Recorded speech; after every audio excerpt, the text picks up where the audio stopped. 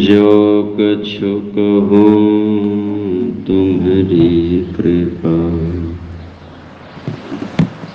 मोते कछु न बसा। त्रयमाम कलिकाल के धराधाम पर अवतरित सर्वक्षण स्मरणीय परमाराध्य संत सद्गुरु महाराज के युगलपाद पदों में कोटिशः नमन।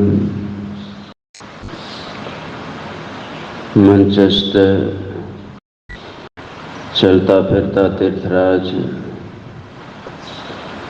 मदमंगल साधु समाज के पावन चरणों में नमन करता हूँ। सम्मान्य श्रद्धेय आयोजक महोदय, साधना में भाग लिए आदरणीय साधिकाएं, साधक वृंद, समवेत समादरणीय सज्जन वृंद, धर्मशिला माताओं एवं भक्ति मते बहनों, सबों के अंतःकरण में विराजमान प्रभु के अंश को प्रणाम निवेदित करता हूँ। आज हम लोग सप्ताह ध्यान साधना शिविर के दूसरे दिन के प्रथम पाले में अपने अपने पुण्य के प्रताप से यत्र तत्र से एकत्रित हैं।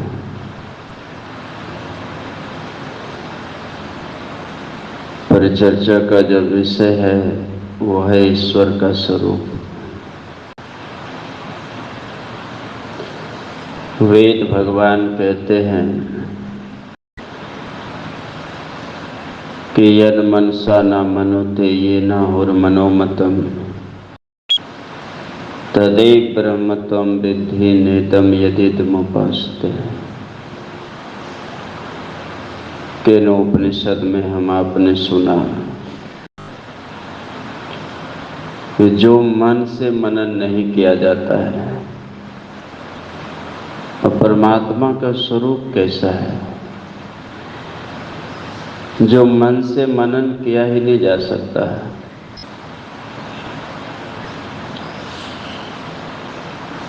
वेद भगवान तो कहते हैं हाथ पैर मुंह गुदा लिंग आँख कान रसना जीभ त्वचा मन बुद्धि आदि इंद्रियों से यदि आप ईश्वर की खोज कर रहे हैं तो हमारे वेद भगवान कहते हैं कि झूठा एक खेल हो रहा है, कुछ होने वाला नहीं। यदि हम परमात्मा को इंद्रियों के द्वारा खोजना चाहते हैं तो वो एक झूठा खेल है। अब हम लोग थोड़ी साधना पर आइए कि हम संतमत की जो साधना की पद्धति है, आप जैसे जैसे अंदर में प्रवेश करेंगे मन थकते चला जाता है, मन आपका साथ छोड़ता चला जाएगा। और जब तक आप इन मन के फेर में हैं तब तक आपके पास संसार की हर वस्तु वैभव और पद होने के बाद भी दुखी है, सुखी नहीं है। क्योंकि मन के ऊपर हम सवार नहीं हैं, हमारे ऊपर मन सवार है। वेद भगवान कहते हैं कि इन इंद्रियों के फेर में ये तुम्हारी नौकरानी है, ये इंद्रियां मन तुम्हारा नौकर है, लेकिन नौकर की तरह काम कर रहा है मन। मन तो मालिक से भी बढ़कर है, मतलब आपसे ही पावड़ है नौकर को। यदि चेतन ना हो, चेतन की धार यदि सिमट जाए मन से, आंख से चेतन की धार सिमट जाए तो आंख देखेगी। कोई मरे हुए व्यक्ति को देखेंगे, आंख खुली रहती है, उनके प्रियजन उनके पास रो रहे हैं, चिल्ला रहे हैं, सर पटक रहे हैं, आपकी आंख खुली है, एक बार देख तो ले मुझे, मैं आपका प्रिय व्यक्ति हूँ। आंख नहीं देखती है, आंख में देखने की शक्ति है। कान नहीं सुनता है, कान में सुनने की आपके द्वारा शक्ति गई है। एक ही शरीर है, आंख से जो रूप को देखते हैं उनका अलग विषय हो जाता है, कान से जिस शब्द को सुनते हैं अलग विषय हो जाता है। तो ये चेतन की धार को सिमट करके इंद्रियों के घाटों से यदि हम उठा लें तो समझिए कि आप ईश्वर की खोज में चल रहे हैं।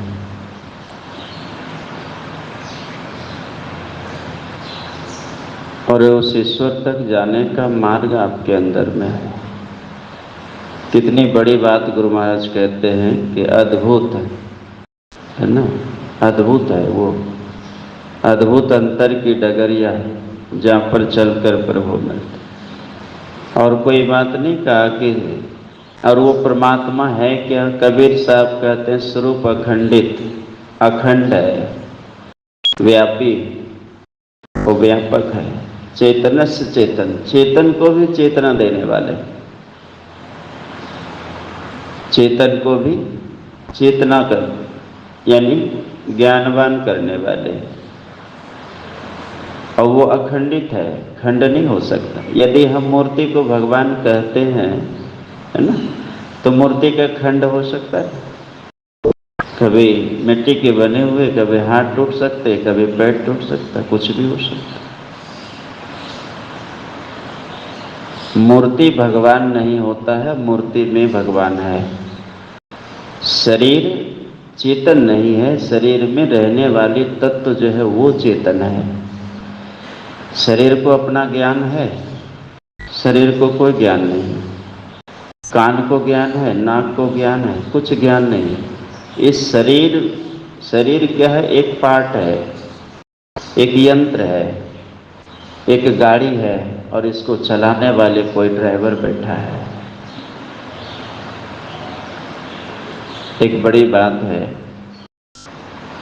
ईश्वर पर भरोसा हमें नहीं है। आप फ्लाइट में बैठते हैं तो पायलट पर इतना भरोसा है आपको कि आप आराम से सो जाते हैं। आकाश में उड़ रही है वायुयान, लेकिन आपको इन तुच्छ आदमी पर भरोसा है कि ये व्यक्ति सही दिशा में ले जाएगा। ट्रेन पर आप सवार हो गए, इतना भरोसा है कि ड्राइवर सही से हमें जगह पर पहुंचाएगा, है ना। कार में बैठे हैं, आपका जीवन ड्राइवर के हाथ में है, आपको विश्वास है इन तुच्छ ड्राइवर पर, लेकिन जो मालिक इस गाड़ी को चला रहे हैं उस पर तनिक भी भरोसा नहीं है, उस पर विश्वास नहीं है कि है कोई जो आपकी जीवनी शक्ति को दे रखा है आपके शरीर में। कौन है वो, इसका पता नहीं कर पाया। याद रखिए, इस मानव शरीर पाकर के यदि उस परम तत्व को नहीं जान पाया तो बहुत बड़ा पश्चाताप करना पड़ेगा। ये कदापि मत सोचिए कि ये मनुष्य शरीर रूपी चादर आपको परमात्मा ने दी है तो बार बार आपको ये मिल जाएगा। आसान नहीं है। यदि आपने उस तत्व की खोज ना कर पाई, जीवन में हाहाकार है हर चीज होते हुए। गुरु महाराज कहते हैं आप उन मालिक से मिलने जाओ तो चलत पंथ दुख होत महा है। नहीं, हमें तो लगता यही है, चलत पंथ दुख होत महा है। जैसे ध्यान में बैठते हैं तो दुख ही तो होता है, कभी पैर में दर्द है ना, कभी कमर में दर्द, कभी मन दुकान में, मकान में, परिवार में, ये तो दुख ही है। अगर ये काम करते हुए दुख नहीं होता तो थोड़ी इतना सा आदमी ध्यान में भाग लेते हैं। सही बोल रहा हूँ ना मैं? देखिए सब सर हिला रहे हैं कि सही बोल रहे हैं। ये तो सही बात है कि ध्यान करने में सुख थोड़ी हो रहा है, दुख हो रहा है, तब तो नहीं बैठ पाते। 10 मिनट 15 मिनट में बैठते ही घड़ी का अलार्म तो बाद में बजेगा, ठौना का अलार्म पहले ही बज जाता है ना, घुटना के अलार्म पहले बज जाता है, कमर का अलार्म पहले बज जाता है। अब ये अलार्म बैठने दे तब अलार्म बजता है ना, मोबाइल का अलार्म बजने से पहले। मन तो अलार्म देते रहता, क्या बैठ करके तुम समय बर्बाद कर रहा है, बहुत महत्वपूर्ण काम है घर में, चल। इतना होशियार है ये मन, वो चाहता नहीं कि आपको बैठने दे। गुरु महाराज लिखे हैं चलत पंथ सुख होत महा है। महा एक विशेषण है, दुख है, दुख के पहले महा, महा दुख। सुख है, सुख के पहले महा शब्द है, महा सुख है। तो होता होगा गुरु महाराज को सुख होता होगा, इसलिए लिख दिए। हम लोग को तो दुख ही दुख है ना। तब तो भजन में मन नहीं लग रहा है। याद रखिएगा, दुख तभी तक है जब तक आप मन के संकल्प विकल्प में घूम रहे हैं, तभी तक दुख है। यदि आप मन के विचारों को, संकल्प विकल्प को छोड़ दें, मैंने कल भी इस बात को कहा था कि सिर्फ गुरु महाराज की छवि को आप देखते रह जाए अंदर की आंख से, तो वो सुख और चैन मिलेगा जिस सुख और शांति को आपने जिंदगी में अभी तक पैसों और नाना प्रकार के तीर्थों में नहीं पाया है। वो सुख का अनुभूति है, उस आनंद को हम पा सकते हैं, उसकी खोज करने की हमें जरूरत है। बैठिए तो संसार को भूल जाइए, बस एक आप हैं, आपके इष्ट हैं, एकमात्र इष्ट हैं आपके और आप हैं, और इस बीच में किसी को मत आने दीजिए। इस बीच में यदि आप किसी को आने देते हैं तो दुख हो तो महा है, सुख नहीं। और पूरे मेरुदंड को सीधा करके श्वास की गति धीमी पड़ जाएगी। यदि आपकी कमर टेढ़ी होती है, प्राण स्पंदन बंद हो जाए, मन हो तजय चंचल है, मन की चंचलता छूटती है। सीधा होकर के बैठ करके गुरु बताई युक्ति पर अपने को लगा दीजिए। कुछ नहीं करना है वहां पर। ध्यान में बहुत लोग कहते बाबा बैठते तो हैं, कुछ नहीं होता है। हमें लगता है झूठ बोल रहे हैं आप। जो आदमी ये कह दे, मुझे तो नहीं समझ में आती है कि अगर कोई कहे कि बैठते हैं बाबा कुछ नहीं दिखाई देता है, हमें लगता है एक नंबर का झूठ आदमी है, बहानाबाज आदमी। जिस क्षण में कुछ नहीं होने लगेगा ना, समझिए पक्का ध्यान हो रहा है आपसे, है ना। बहुत कुछ हो रहा है, झूठ बोलते हैं। कभी मन घर जा रहा है, कभी दुकान जा रहा है, कभी बेटा के पास, कभी बेटी के पास, कभी संबंध, बहुत कुछ हो रहा है और झूठ बोलते हैं कुछ नहीं हो रहा है। कुछ नहीं होगा तब तो काम ही बन जाएगा। हो रहा है कि नहीं पंकज बाबू? बहुत कुछ होता है। राजीव बाबू बोलते हैं बड़ी सुंदर बात कि हमें खुद के लिए काम करना है ना। ये अवसर साधारण नहीं है, समान अवसर नहीं मिला है। पापी नरकी पार उतर गए। कबीर साहब ने कहा पापी नरकी पार उतर गए। धर्मी बूढ़ो मझधार। जो धर्मवान है ना, सुनने में तो अच्छा लगता होगा कि पापी जो है पार उतर गया, और जो धर्मवान है वो बेचारा डूब गया। बड़ी सुंदर विपरीत अर्थ है इसका। कोई दो देखो लोगो नैया बिच नदिया डूबी जा। कबीर साहब भी कैसे पढ़े लिखे, कौन यूनिवर्सिटी की डिग्री लिए हैं। कोई देखो लोगो नैया बिच नदिया डूबी जा, नाव में नदी डूब गई। सुना है कहीं? नहीं सुना होगा। सुना होगा आपने कि नाव नदी में डूब गई, लेकिन कबीर कहते हैं कि नाव में नदी डूब गई है। ये शरीर रूपी नाव में चेतन रूपी अमृत की जो धार आ रही है, समाहित हो चुकी है। कण कण में वो व्यापक है चेतन, जो परमात्मा से नीचे की ओर आवाज उतरी है, अमृत की धार, वो व्यापक है इस नाव में। लेकिन कोई मल्लाह यदि सदगुरु मिल गए तो उस नदी की, उस धार की, उस चेतन की अमृत को पकड़ा दे तो समझ में आ जाए कि नाव क्या है और नदी क्या है। तो संत कबीर कहते हैं कि पापी नरकी पार उतर गए। जो इसके जीवन में पाप की ज्यादा पूंजी है ना, वो कुछ ना कुछ बहाना लगा करके पार उतर जाएंगे यहाँ से। और जो धर्मवान है, जो ज्ञानवान है, वो इस कुंड में डूबते चले जाएंगे, डूबते चले जाएंगे। उसे लगेगा कि ये अमृत का धार है, ये ऐसा सुअवसर मिला है, इसे हम जैसे तैसे ना खो दें।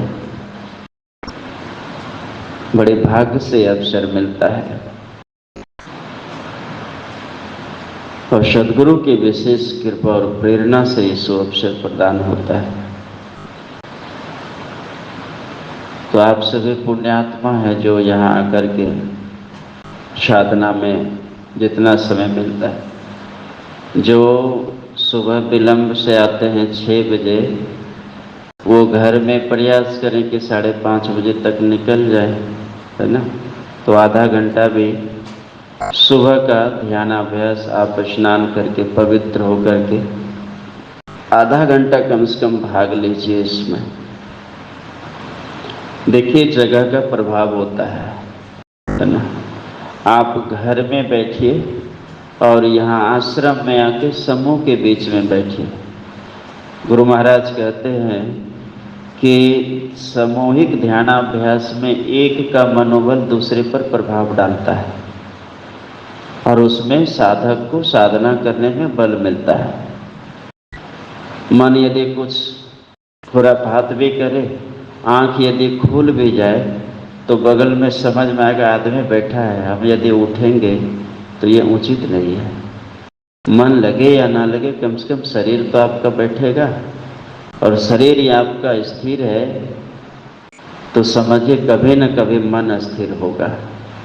और जिनका शरीर चंचल है, जिसका शरीर अस्थिर नहीं हो पाता है, तो उसका मन शांत कैसे हो सकता है। तन थिर, पहले नहीं कह दिया मन थिर, तन थिर और उसके बाद मन थिर। तन और मन पहले स्थिरता की जरूरत है। तो एक आसन से ज्यादा देर तक बैठने का प्रयास कीजिए, क्योंकि वो परमात्मा तत्व का दर्शन चंचल मन से नहीं हो सकता है। और मुझे विश्वास है कि यदि आप मनोयोग पूर्वक समय निकालते हैं इसमें, तो गुरु महाराज आपका एक सहारा बनकर के आ जाते हैं। और सबसे पहले गुरु में अटूट श्रद्धा बना लीजिए, क्योंकि यही वो है जो आपको आगे बढ़ा सकते हैं। इसके अलावे आगे बढ़ना बहुत मुश्किल है। तो सुन रहे थे हम सभी वेद भगवान में भी और केनोपनिषद में भी कि यदि इस जन्म में ब्रह्म को जान लिया है ना, तब तो क्या है, गड़बड़ है नहीं। यदि इस जन्म में ब्रह्म को जान लिया तब तो ठीक है, और यदि इस जन्म में उसे ना जाना तो बहुत बड़ी लाभ है। क्या है? लग रहा है कि हानि है, हमको नहीं लग रहा है कि हानि समझ में आता होगा। अगर हानि समझ में आती तो लग गए होते। हानि वाला काम में ही मन लगता है हमारा, याद रखिएगा। लाभ वाला में मन कहाँ जाता है? 1 घंटा के लिए बैठिए लाभ करने के लिए, तो हानि से इतना भरा हुआ है मन कि बार बार ये उसी ओर दौड़ता है। मुझे तो लगता है कि बिलख बिलख कर रोना चाहिए। हानि के बदले लाभ नहीं, लाभ के बदले में हानि में ये मन जा रहा है, और हम बड़े आनंदित में रहते हैं। ये मन आपको लाभ नहीं दिला सकता है संसार में। तो केनोपनिषद के ऋषि कहते हैं, यदि इस जन्म में जान लिया तब तो ठीक है, और नहीं जाना तब तो बड़ी भारी हानि है। बुद्धिमान लोग इस लोक से मरकर अमर हो जाते हैं, है ना? मरकर अमर हो जाते हैं। अभी 9 तारीख को मेरे मोबाइल में एक मैसेज आया कि भारत देश के रत्न अब रतन नहीं रहे। मेरे मोबाइल में व्यक्तिगत मोबाइल मैसेज भेजा सूरत से। हमने उनको पूछा, भाई ये क्या वो बात बोल रहे हैं? तो ब्रैकेट में लिखा टाटा।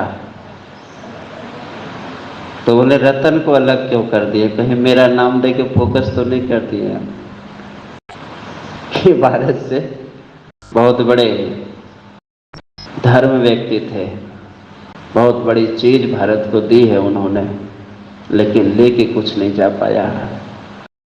जो उन्होंने संसार की, जो उन्होंने हमारे देश की सेवा की, वो सबसे बड़ी संपत्ति उन्होंने जमा कर ली। उन व्यक्तियों को देख करके हजारों व्यक्तियों के हृदय में ये आ सके कि संसार और देश के लिए भी कुछ करना चाहिए, क्योंकि ये संपत्ति देश की है, हम भारत के हैं, तो हमारा कर्तव्य है कि हम देश के लिए भी कुछ कर सकें। तो इतना बड़ा परोपकारी व्यक्ति चले गए, कुछ तिल मात्र नहीं ले जा पाया, शरीर तक नहीं ले जा पाया, शरीर भी यहीं छूट गया। बस उन्होंने अपने जीवन में जो शुभ काम किया है, जिस चीज को हमारे भारत में उन्होंने दी है, आर्थिक व्यवस्था को उन्होंने मजबूत की है, आज बड़े बड़े धर्मवान व्यक्ति उनकी इस छवि को प्रणाम करते हैं, उनको धन्यवाद ज्ञापन करते हैं। क्यों? क्योंकि रतन टाटा का चित्र ही नहीं रहा, उस चित्र के पीछे बहुत बड़ा चरित्र छिपा हुआ है। चरित्र की पूजा होती है, चित्र की पूजा नहीं होती है। हम अपने जीवन में अपने अच्छे व्यक्तित्व को स्थापित कर लें, जो कि मात्र अध्यात्म ज्ञान से हो सकता है, भौतिक ज्ञान से नहीं। अध्यात्म ज्ञान की आवश्यकता है। इसलिए हमें प्रयास करना चाहिए कि जितना हो सके हम अपनी रक्षा, हम अपने आत्म स्वरूप की प्राप्ति की कोशिश ये कर सकें। और संत कबीर साहब भगवान का पता बताते हैं कि न वो ऊपर में है, ना नीचे है, ना आगे है, ना पीछे है, ना बाएं है, ना दाहिने। अब थोड़े से शब्दों में सुनिए कि हमें देखना कैसे है ना? देखना कैसे? पहले तो मन के विचारों को आप हटाइए, यदि साधना करना है ना? साधना यदि करना है तो मन में जो विचार उठ रहा है ना, उसको बंद कर दीजिए, कुछ नहीं सोचिए।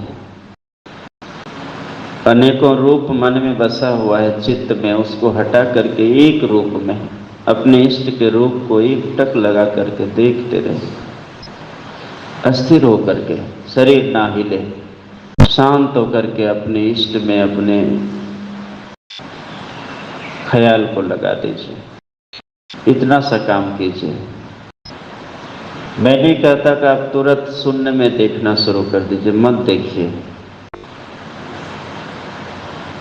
विश्वास कीजिए, यदि आपकी दृष्टि एक रूप में कोई रूप को ना देखे। जानते हैं टेंशन कब होता है, आप विचलित कब होते हैं? जब अनेक रूप में आपका मन दौड़ता है, वो शांत हो जाएंगे आप। और जब साधना से उठेंगे ना तो मन खिन्न रहेगा। मन अपना विषयों को भोग रहा है, लेकिन मन उठने के बाद उदास हो जाएगा कि जिस लिए मैं बैठा था 10 मिनट के लिए वो काम नहीं हो पाया। ये मन खुद चिंता में आ जाएगा और आपको भी लगेगा कि बैठना हमारा क्या हुआ, कोई फायदा नहीं। यदि 5 मिनट का समय आपका युक्तिपूर्वक ढंग से बीत जाए तो मुझे लगता है 5 मिनट ही आपको एनर्जेटिक कर देगा। लगेगा कि नहीं, आज बड़ी कृपा हो गई गुरु की, आज हमने कुछ पाया है।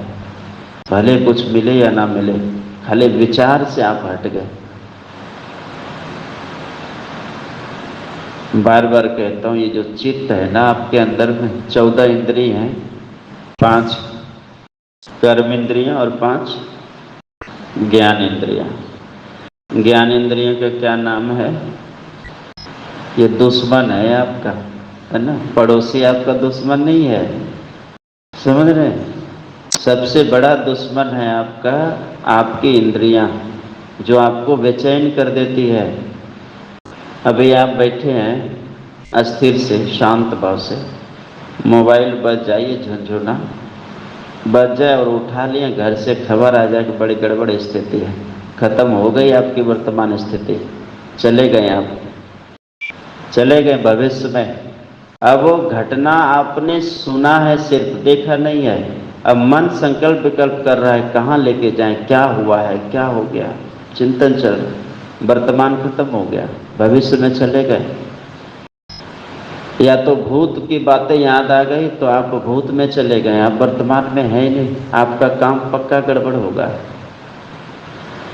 तो साधना क्या है? अपने को वर्तमान में रखना, न आगे की चिंतन, न बीते हुई बात का चिंता। और यकीन मानिए, जब हम साधना में बैठते हैं तो 2 ही काम होता है। या तो भविष्य की कल्पना में हम डूब जाते हैं कि यहाँ से जाएंगे ना तब अच्छा अच्छा भोजन बनाएंगे, है ना? कौन सी सब्जी बनेगी, क्या बनेगी, यहाँ लिस्ट बन रहा है 5 मिनट में। तो इसके पहले क्या हो गया था, फलाना ने हमें ऐसा क्यों बोला, उसको कौन सा बात बोलो जो जल्दी ज़्यादा गुस्सा आएगा। ये तो प्लान बन रहा है। 5 मिनट आप वर्तमान में तो हो जाइए, 5 मिनट तो अस्थिर होकर के अपने आप को खो दीजिए ना, ज़्यादा नहीं, इतना सा कम से कम हो गया तो बहुत शक्ति आ जाएगी। तो इस ईश्वर की प्राप्ति अपने अंदर में होगी। गुरु महाराज कहते हैं कि अद्भुत अंतर की डगरिया जहाँ पर चलकर प्रभु मिलते हैं। और कौन बताने वाले हैं? दाता, है ना? दाता नाम, दाता सदगुरु।